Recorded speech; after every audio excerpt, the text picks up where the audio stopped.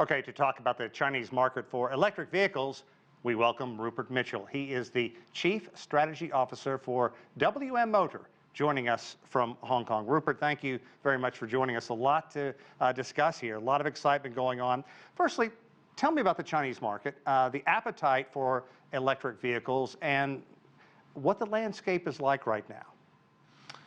Yeah, I think the landscape in China for electric vehicles is, needs to be contrasted with where the rest of the world is.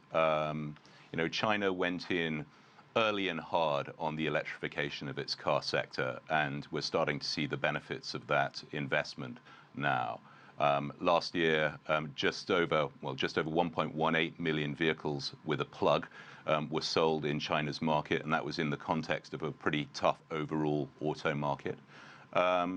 So right now you've got 60% of the world's EVs are on the roads in China, not to mention 99% of the buses. And in terms of infrastructure, you've probably got twice as many charging points in China as in the rest of the world put together. So I think we're doing pretty well right now, but we could always do with a bit more growth. But also, to put that in perspective, as I understand it, there are some 400 companies dealing with electric vehicles right now, and that's just too many. There aren't enough government benefits, there aren't enough benefits for the consumer. Clearly, they're not going to all be successful. How is this going to shake out? So I've been working in the industry for about a year and a half now. I've never managed to get to that number of 400. In the passenger vehicle segment alone, I can probably get to about 25 or 30. But I think it's worth putting this in context. When China went into the auto industry, it started making cars itself 25 years ago, there were a similar number of, hundreds of startups in the OEM sector, and that was soon whittled down to the competitive few that you see in the market right now. I think the same thing is happening in the space of electric vehicles. It's pretty clear who the leading players amongst the startups are now, and in the past 18 months, capital both from governments and from the private sector has been concentrated on those companies. Let's talk about WM Motor. Some of your vehicles sell for as little as $20,000. What does that mean to the average person in China? Can they afford something like that? And also, let's put that into perspective for, say, the cost of a new Tesla, which is significantly more. Sure. Our strategy at WM is very much to address the mass market of car buying in China, which is to put some numbers around that. That is vehicles with an on-the-road price of between 100,000 RMB and 300,000 RMB. So our entry-level EX5, you're right, is 139,000 RMB on the road, so around 20,000 US dollars. Our top of the range new model, the EX6, which is a larger SUV, comes in at around 37,000 US dollars fully spec'd. To put that in perspective, the entry-level Tesla, the Model 3, in China is being marketed at around 328,000 RMB. So, nearly 2.5 times where our entry-level price is. In terms of affordability, as I've said, 2/3 of the market is in that mass market price point of between 100,000 and 300,000. Clearly, we look to compete not just with other electric vehicles, but with cars of all powertrain. Affordability in China needs to very much take into account upfront cash costs. The leasing business in China is less developed than it is in the US, so people are having to fund that cash upfront purchase price as the sort of per month leasing proposition in China is just not as sophisticated yet.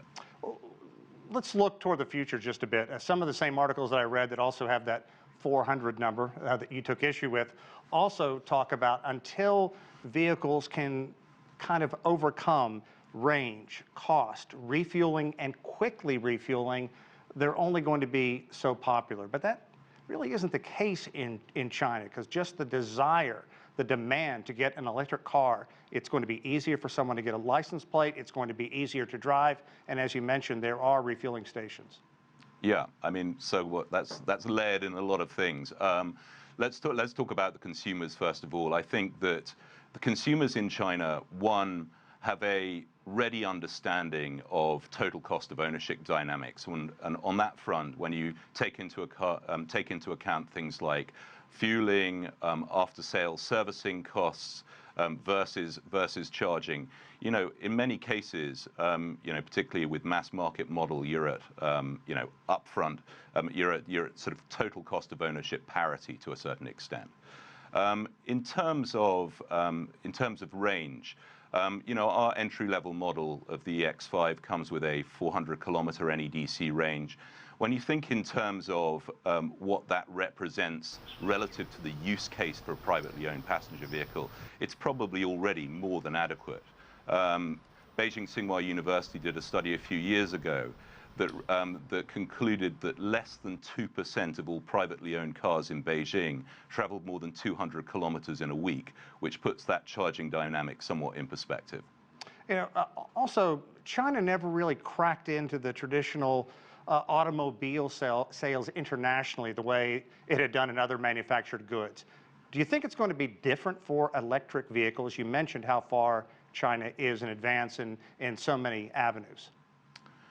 Yeah, I think right now the China market in itself is, the most attractive market right now for us to be focusing on, just on, absolute size and on relative growth dynamics. I think in due course you will see, increasing numbers of Chinese-made electric vehicles on the streets of the rest of the world. I think that's very much part of the game plan as far as the central planners in China were concerned. China has the world's largest automotive market at 23 million passenger vehicles per year versus the early teens in North America and a similar number in the European Union. I think it is only natural for China to want to compete in what is the world's largest or single largest consumption item in the global consumer market. So I think there's a definite strategy on the part of Chinese OEMs to compete globally in due course. Rupert, one final question. What sort of roadblocks are you concerned about? Subsidies are running out. Also, the desire for new cars is dwindling somewhat in China. What worries you about moving forward? I think in terms of subsidies, I mean, all of us that operate in the market right now, we're always expecting direct purchase subsidies to fall off by now. And in fact, what we've got now, our entry-level model attracts the maximum subsidy of 25,000 RMB right now, and that's set to continue for the balance of 2020. But that is better than what was our expectation as we planned the business several years ago. We would like to see, obviously, a recovery in the overall auto market. It's been a tough 18 to 20 months so far for the market. I think that in many ways that's a function of overall consumer confidence. There are a few headwinds around consumer confidence at the moment, but with those dying down, the roadblocks will be electric vehicle adoption, and I think the diversion of subsidy money towards further investment in charging infrastructure will help with that. I think that the policy directives with respect, as you mentioned, to green license plates and with respect to other policies such as the dual credit policy, which is being imposed on the broader auto industry. I think that the barriers to adoption are a lot lower in China than they are perhaps for elsewhere in the world.